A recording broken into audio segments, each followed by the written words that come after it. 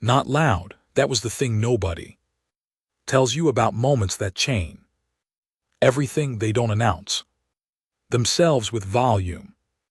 The sound came from somewhere deep inside the herald's chest, low and resonant, and it moved through the throne room the way cold moves through old walls. You don't hear it so much as you feel it arrive. I felt it in my back teeth. My name is Marcus Vale. I am 34 years old. I grew up in a neighborhood where the winters were personal, where the buses ran late as a matter of philosophy, and where nobody handed you anything without wanting something back. I have a degree in Zen linguistics that I paid for myself, a diplomatic posting that I earned by being the only person in my cohort who didn't faint during the Central Immersion module. And GT snorts.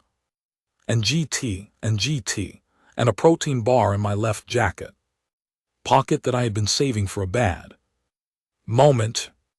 This was shaping up to be that moment. The Valkyrie throne room was enormous in a way that made you feel the universe had made a deliberate architectural choice.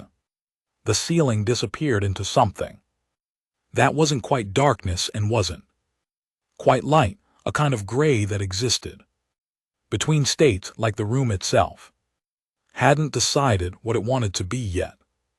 The walls were alive, not metaphorically. They moved in slow, rhythmic pulses, the bioluminescent veins running through the stone, glowing faint amber and then dimming, amber and then dimming, like the whole room was breathing around us. It had been breathing for approximately 40 minutes. I had been pretending this was normal for approximately 40 minutes. Ambassador Aura 7 stood to my left. He was Central 7 FT of composed authority, wrapped in ceremonial gray with 4 perception organs that could each point in independent directions, which meant he was always watching everything at once, and you could never tell when he was looking at you specifically. He was looking at me specifically right now. I could tell because 2 of the 4 organs had settled on my face with a particular stillness of someone waiting for you to do something embarrassing.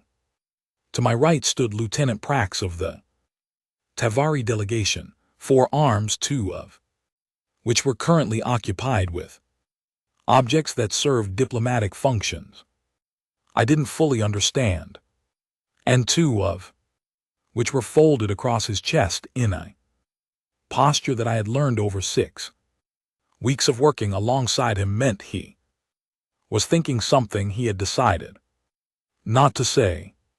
The rest of our team stood in a loose arrangement behind us.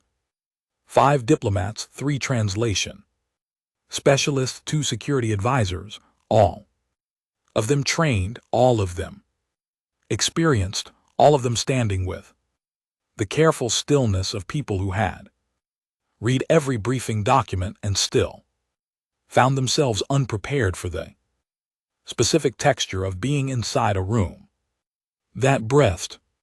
The Queen was on her dais. I'd been trying not to look at her directly since we entered, the way you try not to look directly at the sun. Not because anyone told me not to, but because something in the lower, older part of my brain had made that decision for me before the rest of me caught up. She was vast, not just in size, though. She was that too. She occupied the dais the way a mountain occupies a valley, not by filling it but by making everything else arrange itself around her presence. Her exoskeleton was the color of old bruises, deep purple fading to black at the edges, and it caught the amber light from the walls and gave nothing back. 18 legs, each one precise and deliberate, mandibles that moved in small constant adjustments, reading the air the way fingers read braille. She had not moved since we entered. She was watching us in a way that had nothing to do with eyes. The herald finished whatever it was saying. The translation matrix in my earpiece processed for approximately 2 seconds. Longer than usual, which meant it was working harder than usual, and then it delivered a partial transcript with 3 words flagged as unknown and 1 phrase marked as pre-contact linguistic origin, which was the xenolinguistics equivalent of finding a door in a wall that wasn't supposed to have doors. I filed that information in the part of my brain that I keep for things I don't like. The ceremony had been running smoothly. Up to that point, as smoothly as anything runs when you are human. Diplomatic attaché standing in an alien throne room that is technically the most politically significant location in this sector of the galaxy. Humanity had been granted observer status at this particular gathering by a margin of 3 votes, and those 3 votes had come with 17 pages of conditions, 4 of which I had helped draft in a conference room that smelled like recycled air and bad decisions. We were not supposed to speak unless spoken to. We were not supposed to make direct visual contact with the Queen without a formal introduction. We were not supposed to eat anything offered to us without running it through the scanner first, which I had done 40 minutes ago when a court attendant offered me something on a plate that may have been alive 15 minutes before it reached me. The scanner said it was technically safe. My stomach said the scanner, and my stomach had very different definitions of that word. I ate it anyway. That's the job. Humanity had exactly 1 seat at this table. I was the seat cushion. The herald spoke again. This time the translation matrix didn't process. It gave me 1 short burst of static, a sound like a radio losing its signal in a tunnel, and then went quiet. Not silent, the ambient sound of the room was still there, the breathing of the walls, the low hum that the Valkyrie court produced collectively, the sound of 18 making small adjustments on stone. But the translation was gone. I looked at Ambassador Oris 7. He was looking at the court guards. There were 26 guards stationed around the perimeter of the throne room. I had counted them when we entered, because counting things is what I do when I want to feel like I have some relationship with the facts of a situation. They had been standing in their positions with the precise immobility of beings who have been doing this for a very long time and are very good at it. They were shifting their weight. It was small, barely perceptible, the kind of movement you only catch if you have spent time learning to read rooms, learning to feel the change in a space before the change makes itself visible. I had learned it the hard way. I had learned it in a collapsing structure on Kepler Station 11 years ago, watching the walls and listening for the sounds that came before the sounds that mattered. A room 12 minutes before it goes wrong has a specific feeling, like a held breath, like something gathering. I felt it now. The herald's voice dropped lower. Whatever it was saying it. To the room, to the walls, to the amber light. And GT snorts. And GT, the Queen had still not moved. She was listening the way mountains listen, not with any visible attention, but with her entire mass oriented toward the thing being said. Oris 7 turned his head toward me, just slightly, 2 perception organs settling on my face with an expression I had never seen on a central of face before. It lasted half a second. It was the expression of someone calculating whether there is time to say something. He decided there wasn't. He turned back to the herald. I looked at my feet for exactly 2 seconds, which is how long it takes me to decide something I've already decided. The walls breathed, amber, dark amber. Steady, I told myself. Nobody else was going to. The guards left first. Not all at once, that's what I want you to understand. This was not a stampede. Not a panic, not the chaotic evacuation of people who have lost their composure. This was orderly, this was practiced.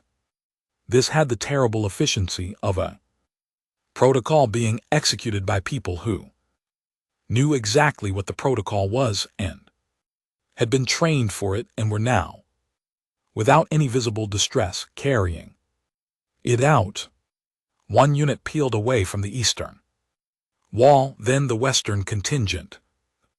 Guards near the main entrance moved to the doors and opened them from the inside, and then they went through them. And the doors did not close behind them. They left them open, an invitation pointed at everyone in the room who was not me. It took 4 minutes and 38 seconds. I counted. The translation matrix came back online. In fragments, partial phrases, contextual guesses, the linguistic equivalent of a map with most of the roads missing, enough to understand that the herald had spoken a death knell, an omen, an ancient Valkyrie rite, old enough that it predated their written records, old enough that the translation matrix had flagged it as pre-contact because it technically was. No one had ever fed it into a modern linguistic database because it had not been spoken aloud in the recorded era of Velkhadar history. Whoever was named in the rite was expected to leave. The leaving was not cowardice. The leaving was the correct response.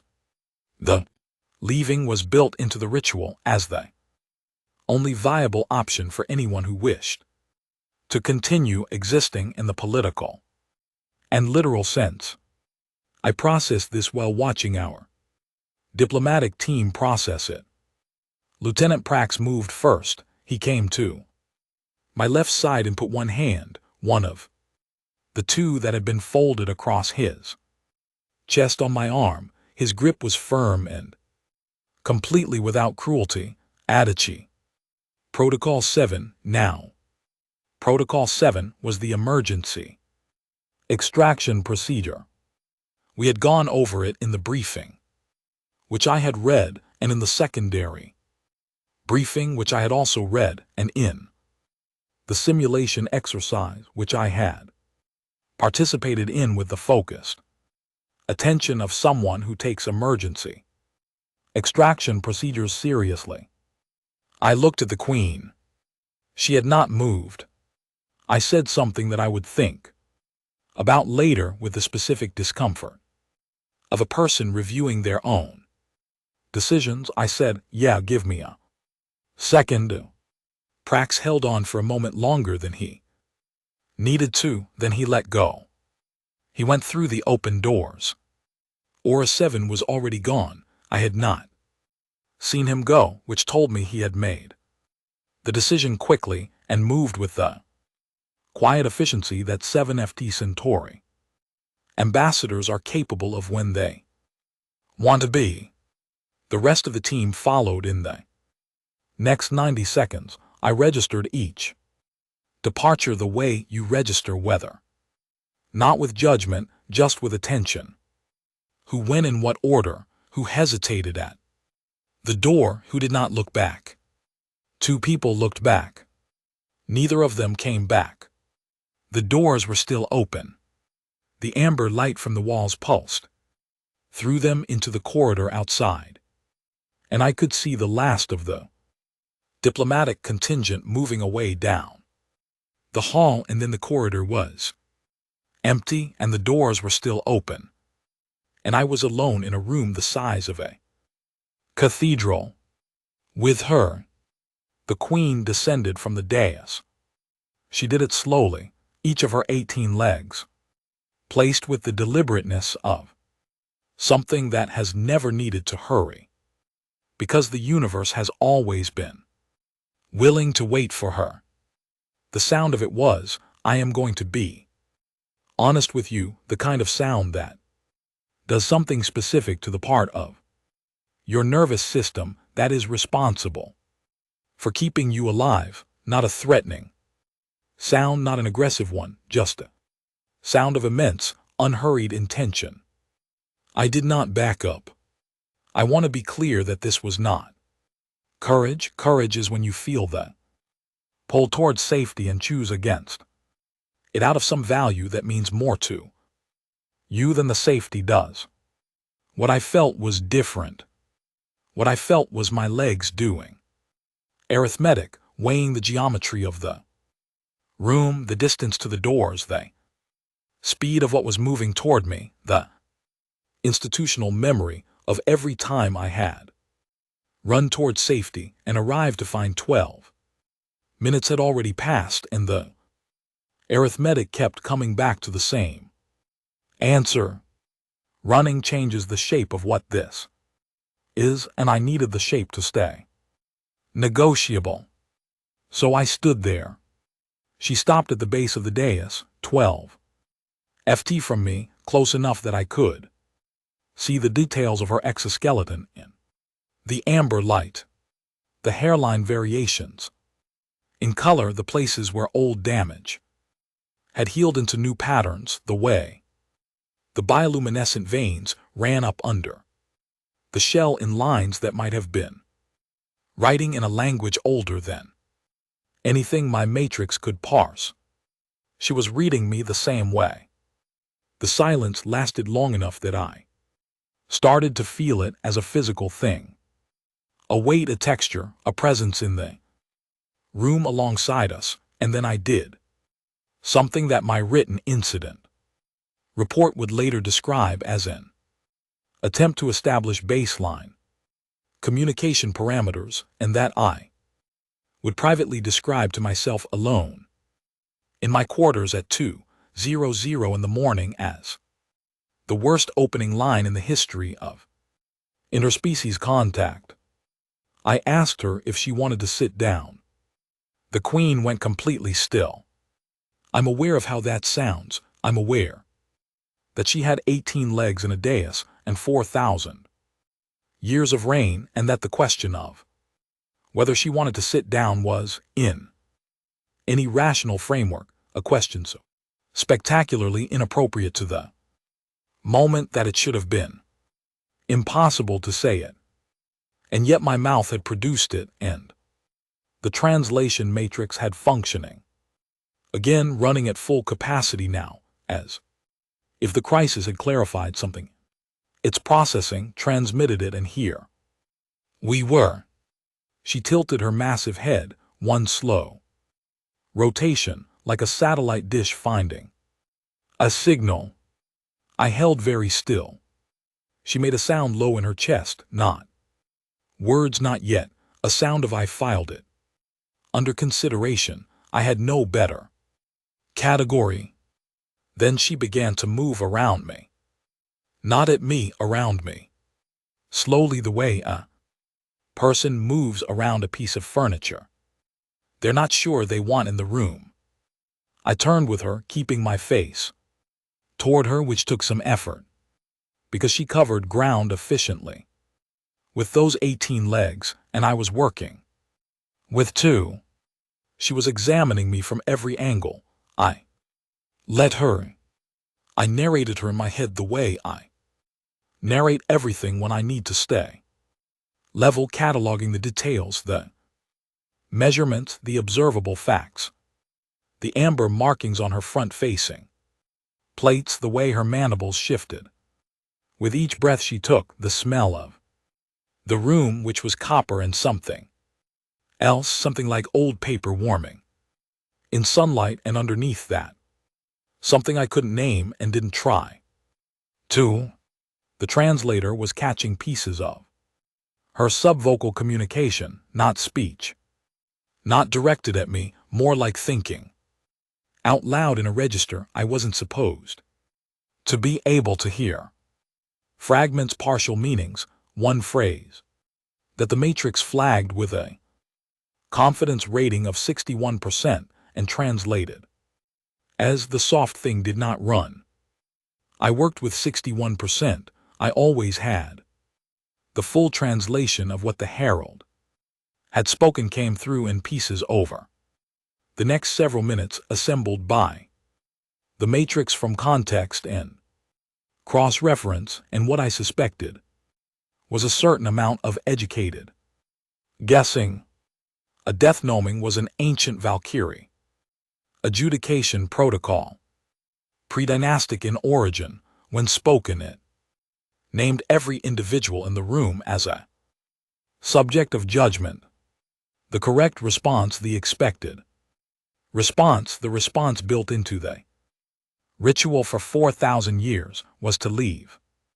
The leaving confirmed that the named individuals recognized the authority of the right and submitted to it by removing themselves from the Queen's presence. What happened to the one who stayed was not clearly documented because in 4,000 years of recorded Valkyrie history, no one had stayed. The Herald had included me in the naming by accident. A translation error, my diplomatic credentials had been entered into the court registry under a categorical designation that shouldn't have made me eligible for the naming. But a clerical mistake somewhere in the bureaucratic chain had put me in the Matrix, and the Matrix had read me as present and eligible. And the Herald had named me along with the guards and the diplomats and the advisors, and all of them had known what it meant and done what it required. And I hadn't known what it meant. And I had stayed. And somewhere in the Valkyrie political cosmology, those two things, the not knowing and the staying, had produced an outcome that nobody had a precedent for. The Queen stopped moving. She was in front of me again, 3 ft closer than she had been at the start of her circuit. The amber light from the walls made shadows of her that were larger than her body. She spoke. The translation matrix caught 70%. I worked with 70%. I told you I always work with what I have. She said, "Why are you still here, soft thing?" And I thought about it. I genuinely thought about it, standing in a room the size of a cathedral with something that had ended dynasties, and I gave her the most honest answer I had. Because running didn't seem like it would help, I said, and I didn't know I was supposed to. She was quiet for a long time. The room breathed amber, dark amber. Then she said, in a register so low that Matrix almost missed it, one word that it rendered with a confidence rating of 94%. Interesting. The room kept breathing, so did I. She did not come closer, she did not step back. She stood at the 3-foot distance she had settled on at the end of her circuit, and she regarded me with the focused attention of something that has spent a very long time learning to read living things and has just encountered a new variable. I let her look. My jacket pocket had a protein bar in it, strawberry flavor, which is a description that protein bar manufacturers use in the same way that fiction writers use unreliable narrators, technically accurate, practically misleading. I was not going to eat it now. I was saving it. I was saving it for after this, whatever after this turned out to be. There was going to be an after this. I had decided. The Queen spoke again, full sentences. now directed at me with deliberate clarity, and the translation matrix ran clean 90% or above on most of it, which was the best performance I had ever seen from the thing in a live contact situation. Either the Valkyrie dialect had simplified for my benefit, or the matrix had finally found its footing, or something about the quality of her speech was different from the herald's. She was choosing words I could follow, slowly, on purpose. "You were named," she said. "You know this now?" "Yes," I said. "And you understand what naming requires?" "I do now," I said. "But you did not understand when you stayed." "No." She tilted her head again, that same slow satellite rotation. "Then you stayed for another reason." It wasn't a question, I answered it anyway. "I stayed because I've been in rooms that were going wrong before, and the way out of those rooms was never through the door, it was through whatever came next." The amber light pulsed once, twice. She said, "The right is not broken because you did not understand it. The right responds to the act, not the intention. You stayed. The right reads the staying." "So what does that mean?" I asked for me in practical terms. She was quiet for a moment that lasted approximately the length of a minor geological event. Then she said, "It means you are subject to adjudication. You cannot be named and witnessed and left unjudged. The right requires completion." I processed this. "And the people who left," I said, "rest of my team, they completed the right correctly. Their leaving was their judgment. It is recorded. It carries no shame." She paused. "The right was not designed to trap. It was designed to know." "To know what?" I said. She looked at me with every instrument of attention she possessed. "What a thing is made of," she said, "when the room empties, when there is nothing left to perform for what remains." I thought about that for a long time. "That's a lot of weight to put on one moment," I said finally. "Yes," she said, and the way she said it, flat, direct, with no apology built in, told me she had spent 4,000 years deciding that it was worth the wait. I said, "Okay." She said, "Okay. It's an agreement." I said, "It means I understand and I'm ready." Another head tilt, smaller this time. "You agree to adjudication?" "I agree to whatever comes next," I said. "Same thing I always do." The room was very quiet for a moment. That had its own specific gravity. And then the Queen of the Valkyrie did something I had no category for. She made a sound, not quite laughter, because it lacked the social function that laughter serves in human context, but something that shared laughter's neighborhood. A clicking in her mandibles, precise and rhythmic, that the translation matrix flagged as expressive vocalization. Non-hostile, register unknown. I looked at her. She looked at me. "You are a strange, soft thing, Marcus Vale," she said. "Hell of a Tuesday," I said, which the matrix rendered faithfully and which she received in complete silence, and which I decided, in the absence of evidence to the contrary, to take as a positive sign. The adjudication began. There were questions. I want to be honest about the questions, because they were not what I expected, and my expectations were not low. I had prepared in the abstract for something like a trial, a presentation of facts, a weighing of evidence, a verdict delivered with ceremony. I had prepared for the possibility that the trial would involve some physical element, some test of endurance or capability, because that is what the Available literature on Valkyrie. Adjudication had led me to expect, and the literature was limited but suggestive. What happened was different.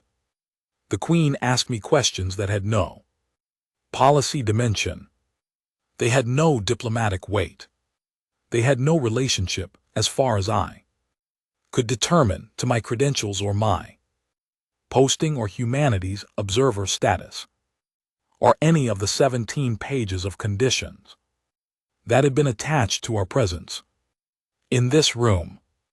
She asked, "What do you protect when you have nothing left to protect it with?" I thought about that. I thought about it longer than I usually let myself think about anything, because the question had edges and I needed to find them before I answered. The idea that something worth protecting existed, I said. She waited. She was very good at waiting. 4,000 years of practice. If you can't protect the thing itself, I said, you protect the record of it, the fact that it mattered, so that when things get better, and they always eventually get better or they end, and either way the waiting is finite, what was worth protecting can be rebuilt from the record. She considered this. The amber light ran its slow pulse around us.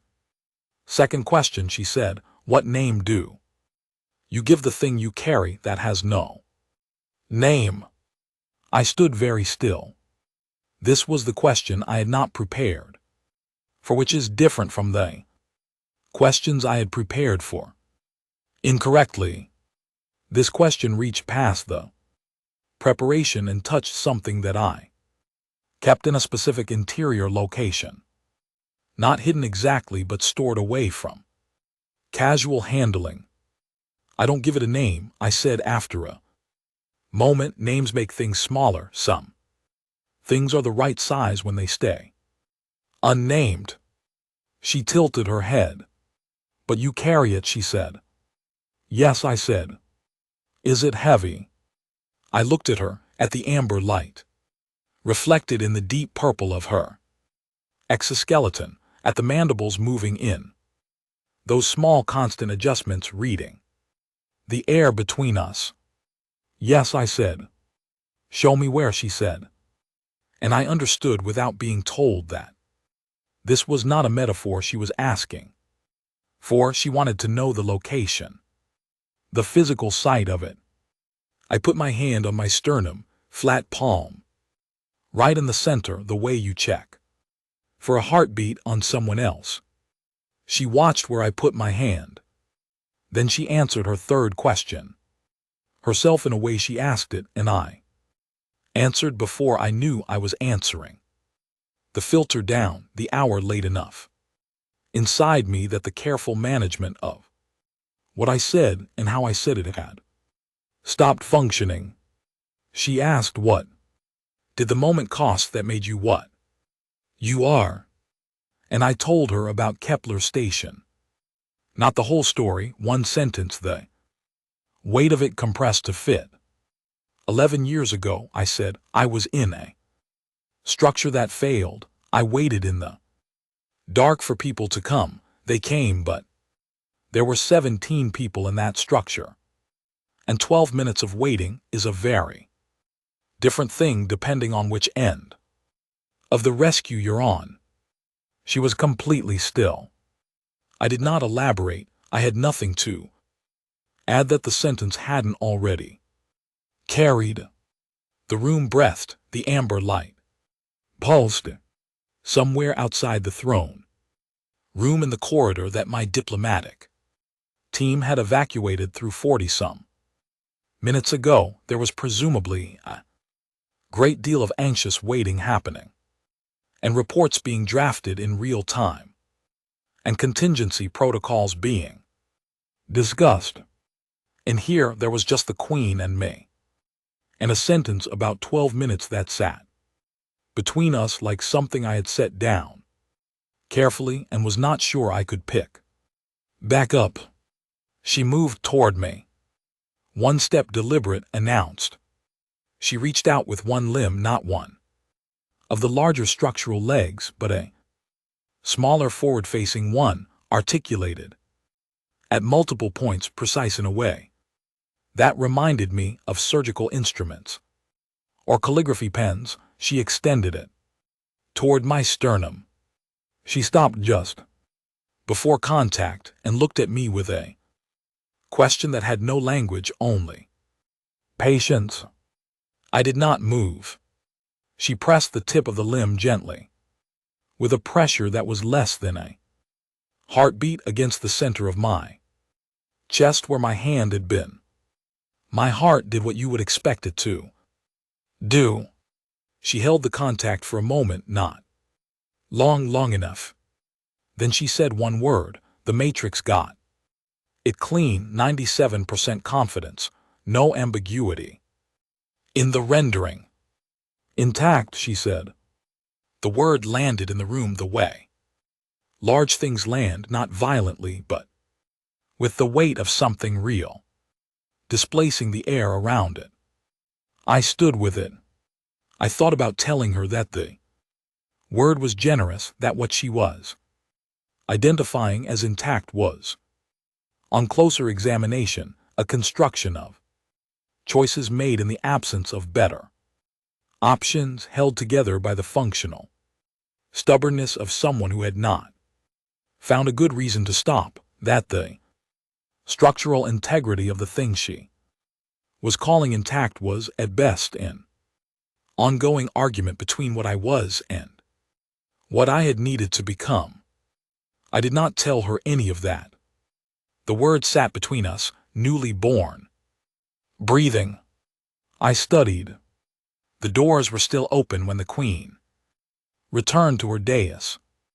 She moved with the same unhurried deliberateness she had descended with. Each leg placed, each step announced. She reached the dais and settled onto it, with the slow authority of something that has always occupied exactly the space it occupies, and then she was still, and the amber light ran across her in its long, slow rhythm, and the room returned to itself. I stood in the middle of it for what I estimated was about 30 seconds, during which I did nothing in particular. I took stock of my hands, which were steady. I checked my breathing, which was functional. I registered the protein bar in my left jacket pocket, and I thought about eating it, and I decided to save it for after I was outside the throne room, because eating a protein bar in front of the Valkyrie Queen immediately following an ancient adjudication ritual felt like it might undercut whatever had just been accomplished. Some instincts are worth following. I walked to the open doors. I walked through them. I walked into the corridor, which was empty and lit with the soft, functional lighting of an administrative building. Between important events, and I leaned my back against the wall and slid down it until I was sitting on the floor with my legs in front of me and my head tipped back against the stone. I ate the protein bar. It tasted like strawberry in the same way that difficult things sometimes taste like strawberry. Technically, distantly, with all the good parts removed, and a texture that asked you to be grateful anyway. Ambassador Oris 7 found me 11 minutes later. He came down the corridor with 2 members of the translation team and a security advisor named Owen Dale, who was the kind of person who moved through spaces like he was doing a damage assessment, which I had always found either reassuring or exhausting, depending on the day. Today it was reassuring. Today anything that walked on 2 legs and had a human face was reassuring. Oris 7 stopped in front of me. All 4 perception organs settled on my face. The expression they arranged themselves into was one I had never encountered in 6 weeks of working alongside him. Something in the neighborhood of Disbelief, but quieter, more considered. Like a person who has encountered a logical impossibility and decided to accept it rather than argue. "You're alive," he said. This was not a greeting. This was a statement he seemed to need to verify out loud. "In all the ways I'm aware of," I said. He crouched down to my level, which for a 7FT Centauri was a significant physical commitment, and I respected it. "What happened in there, Atash?" I told him, the outline of it, the questions, the adjudication, the one limb against my sternum, the single word. At the end, I told it in order factually, with the same tone I use when filing incident reports, because that tone is the one that keeps the edges of a thing from fraying while you handle it. He listened without interrupting, which was the most respectful thing he had ever done for me. When I finished, he was quiet for a moment, then he said, "Intact." "That's what she said. You understand what that determination means," he said. "In Valkyrie political cosmology." "I'm starting to," I said. He stood back up. All four perception organs were doing different things simultaneously, which is what they do when a Centauri is processing information across multiple frameworks at once. Then he said, "The determination intact following a death. Nomming adjudication carries a specific political designation. It has not been conferred in the recorded era of Valkyrie history because no subject of a nomming has ever remained for adjudication in the recorded era." I waited. "The designation translates approximately as the uncollapsed witness," he said. "It is a political and ceremonial status. It grants specific rights of audience with the Queen that exist outside the standard diplomatic framework. It carries weight in Valkyrie deliberative chambers that cannot be transferred, purchased, or politically engineered." He paused. "It can only be earned by doing exactly what you did, by not knowing I was supposed to leave and staying anyway," I said. "By staying," he said. "The right does not record intention, it records the act." Owen Dale said something quiet to one of the translation specialists. The translation specialist wrote something down. I looked at the ceiling of the corridor, which was the same functional gray as every corridor I had ever worked in, and I thought about the weight that Aura 7 was describing and what it meant for the single seat that humanity occupied at a table in a galaxy that had been deciding things without us for longer than we had been deciding things at all. The political implications arranged themselves in my head in the way that large things arrange themselves, not all at once but one piece at a time, each one finding its place next to the one before it. Humanity's accidental compliance with an ancient ritual executed by someone who had not understood what he was doing had produced a status that 5,000 years of deliberate diplomatic strategy could not have manufactured. The uncollapsed witness, a designation that existed outside the frameworks, beyond the conditions on the far side of the 17 pages of requirements that had governed our presence in that throne room. Owen Dale cleared his throat. "Sir, we should begin the report." "Yes," I said. I did not move immediately. I sat on the floor of the corridor and thought about 12 minutes in what comes before them and what comes after, and about a word that had been spoken in an empty room with no audience and no record except the one the room itself kept intact, not a verdict, not a reward, a reading, the result of pressing a careful limb against the center of something and feeling for what was still there. Then my earpiece chimed, a direct communication bypassing every established diplomatic channel routed straight to my personal translation matrix without going through the team's shared system. It was 4 words. The matrix rendered them with a confidence rating of 99%, which was the highest rating I had ever seen the thing produce. Come back, bring yourself. That was all. I looked at the earpiece for a moment. Then I put it back in and stood up and brushed the floor off my jacket. Owen Dale was waiting with a data pad. For my preliminary statement, I took it. I looked at the field marked reason for non-evacuation and I typed 8 words. Miscalculation of exit timeline, error. In diplomatic registry, I submitted it. I kept the rest. Back in my quarters that night, the ceiling was the same off-white as every ceiling in every posting I had ever held. In every building that had housed whatever version of me was doing the job.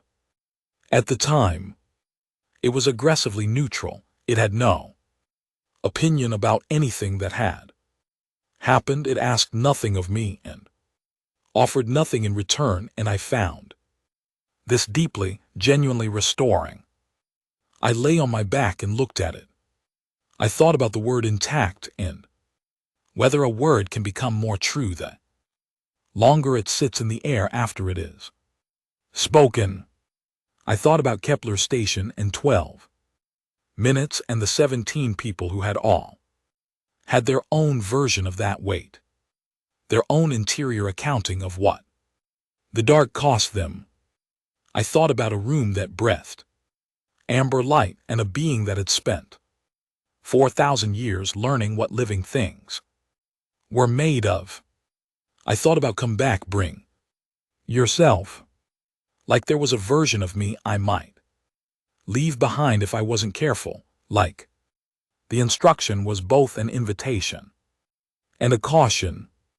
I thought about that for a long time. Hell of a Tuesday, I told the ceiling. The ceiling, unlike most things I had talked to that day, didn't answer back. I liked it anyway. Outside in the diplomatic communications hub, Aura 7 was already drafting the preliminary report to the Centralia Oversight Committee. Owen Dale was securing the perimeter and writing his own assessment. Translation team was running the captured audio of the adjudication through every analytical framework they had access to. Reports would go out tonight. Committees would convene. Political bodies across 6 species and 14 governing frameworks would receive summaries of what had occurred and begin the process of deciding what to do with it. By morning, humanity's single seat at the table would have a different shape than it had started with. By morning, 4 words in my earpiece would be the beginning of something that had no precedent. By morning, a lot of things would be different. I put my hands behind my head and closed my eyes and let the ceiling be the ceiling and the day be the day it had been. And GT snorts. And GT, complete, intact, finished. Then I slept. Not because everything was fine, not because the work was done or the wait was lighter or the 12 minutes had stopped being 12 minutes, but because tomorrow had already started moving and I was going to need to be steady for it. And I knew how to do that. I had always known how to do that. That was in the end what I was made of.